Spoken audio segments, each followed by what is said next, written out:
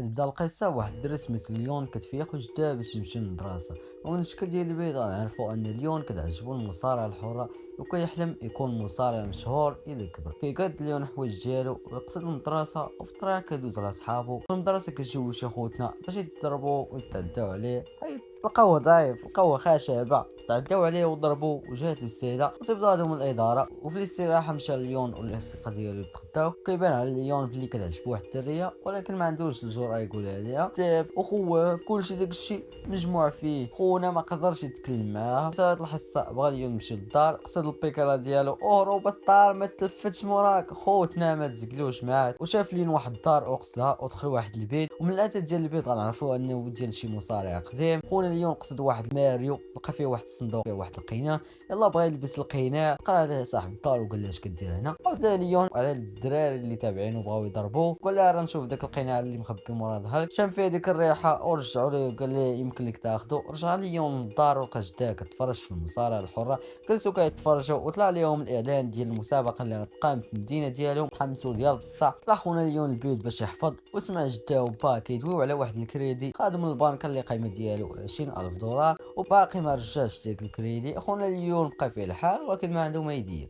رجع خونا ليون بغى يجرب داك القناع، ولات عنده شي قوه في شكل الصوت ديالو تبدل، وضرب واحد الشقيليبه وسقات معاه وشويه ما طاح عليه واحد الماريو. قتل خونا ليون يحبسو بصباع واحد. تعجب ليون من هاد القوه اللي عنده. في النهار الثاني مشى للمدرسه ولقاو هادوك خوتنا كيضربوا صحابو. عاود تاني مشى ليون تفضوا وقصد خوتنا علقهم من السروال. يا ربي السلامه، الله ينجيك من هذا الموقف. جات الاستاذه وفرقات ديك الشقله وصيفطاتهم الاقسام ديالهم. العشيه كيسولوا صحابو على كيفاش جا ليها وكيفاش علق دوك خوتنا. طلع لهم الاعلان ديال المسابقه مره اخرى. خونا ليون تحمس عاوتاني، قال مع راسو بلي الا فاز بالمسابقه غيسدد داك الكريدي للبال، وسمى راسو ابن العفريت. قصد المسابقة وسجل الاسم ديالو، وفي التصفيات كلشي حال فيه فمو. فجلالو كرجع خونا اليوم الدار وما بغاش يدخل من الباب حيت خاف من با. دخل من الشرجم ولقى جداه كتسناه وكتسولو فين كان، ما بغاش يكتب عليها وشالها من الاخر.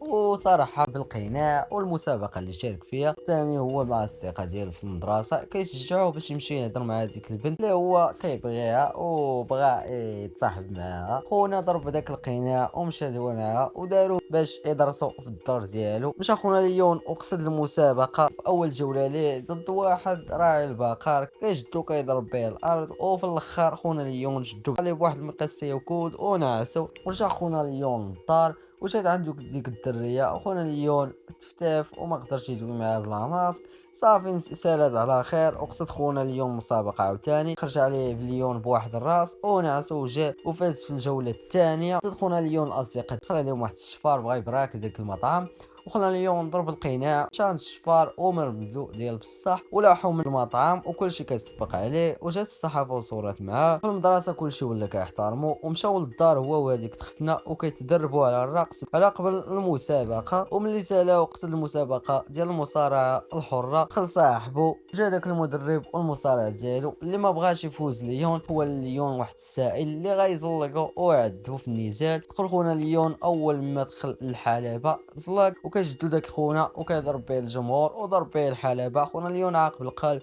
ورجع داك الشيء لصالحو، هز هذاك وضرب به الارض وجا عليه بواحد كود سيزو وجا عليه بواحد الكود ونعسو. وملي مشى خونا ليون للفيستير وهو كيدوي مع الاصدقاء ديالو وجدا حيد القناع وشافو داك الخصم ديالو وشافو وعاقب اللي ولد صغير وداك القناع اللي كيعطي ليه القوه. السيد كيضحك اوف النيه ديالو شي قال بغا يديرو ليون. ومشى ليون لقى الصحافي وكيطلع على داك المنافس تلاها قبل الصحافه والمعجبين ديالو كيصور معاهم. نسى المسابقه اللي قالت ليه الصديقه ديالو وما جا حتى سالات المسابقه ديالو تعصبوا عليه وخلاو. وجات عنده جدها. وفي النهار الثاني مشى عند الاصدقاء ديالو في المدرسه وطلب منهم السماحه والاصدقاء ديالو سامحوا. وفي الفينال خونا قاز الفيستير وجا عنده داك الخصم والمصارع ديالو كيقول له راه عرفنا باللي انت ولد صغير وما غنقولوا حتى شي واحد، والله ما نقولوا حتى شي واحد.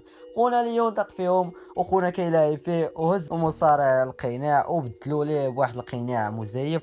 ودخل خونا ليون ضرب داك الغول والو ما كيحرك فيه وما كيحرك فيه ساك، جبد ليه داك الغول داك القناع الحقيقي. خونا ليون حيد داك القناع، خونا كيهزو وكيضرب به الحيط، زرقات ليه يديه وطاح على ظهره ونعس. خونا ليون ما بغاش يربح بالقناع وجا ليه بواحد الكود ونعسو، وفاز خونا ليون في المسابقة ودا الجائزة اللي قيمتها 50,000 دولار. المهم كلشي مزيان، تقدت الامور، خلص الكريدي. المهم الاخوان هذا اول فيلم اللي نلخصوا الاخوان. الا عجبكم ما تنساوش اللايك والاشتراك، وقولوا لي المشاكل اللي عندي في تلخيص الافلام الاخوان، قولوها لي باش نخدم عليها الاخوان. المهم ما نطلش عليكم، خليكم هلا.